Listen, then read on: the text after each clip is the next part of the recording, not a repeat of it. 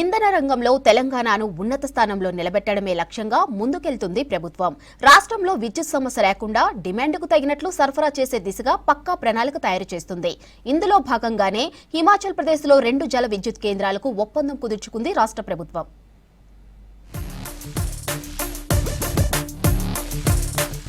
రాష్ట్రంలో విద్యుత్ సమస్య రాకుండా ముందస్తు ప్రణాళికలు రెడీ చేస్తుంది సర్కార్. ఇప్పటికే ఎండాకాలంలో విద్యుత్ వినియోగం పెరిగినా ఎలాంటి ఇబ్బందులు రాకుండా కరెంటు సరఫరా చేస్తోంది. రాబోయే రోజుల్లోనూ పవర్ ప్రాబ్లం రాకుండా చర్యలు చేపట్టింది. రాష్ట్రంలో విద్యుత్ ఉత్పత్తి చేయడంతో పాటు ఇతర రాష్ట్రాల్లోనూ తక్కువ ధరకు కరెంటు ఉత్పత్తి చేసేలా ఒప్పందాలు కుదుర్చుకుంది ప్రభుత్వం.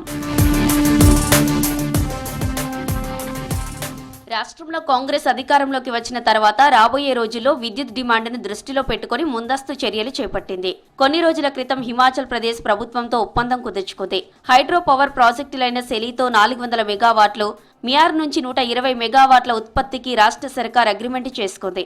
Telangana clean and green energy policy 2025లో భాగంగా 2030 నాటికి 20,000 మెగావాట్లు, 2035 నాటికి 40,000 మెగావాట్ల విద్యుత్ ఉత్పత్తి లక్ష్యంగా పెట్టుకుంది సర్కార్.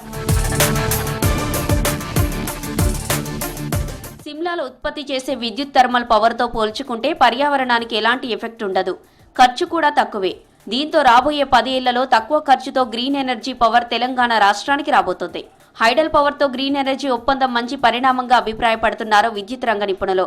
సిమ్లా ఒప్పందంతో రాబోయే రోజుల్లో రాష్ట్రానికి తక్కువ ఖర్చుతో విద్యుత్ దొరుకుతుందని చెబుతున్నారు.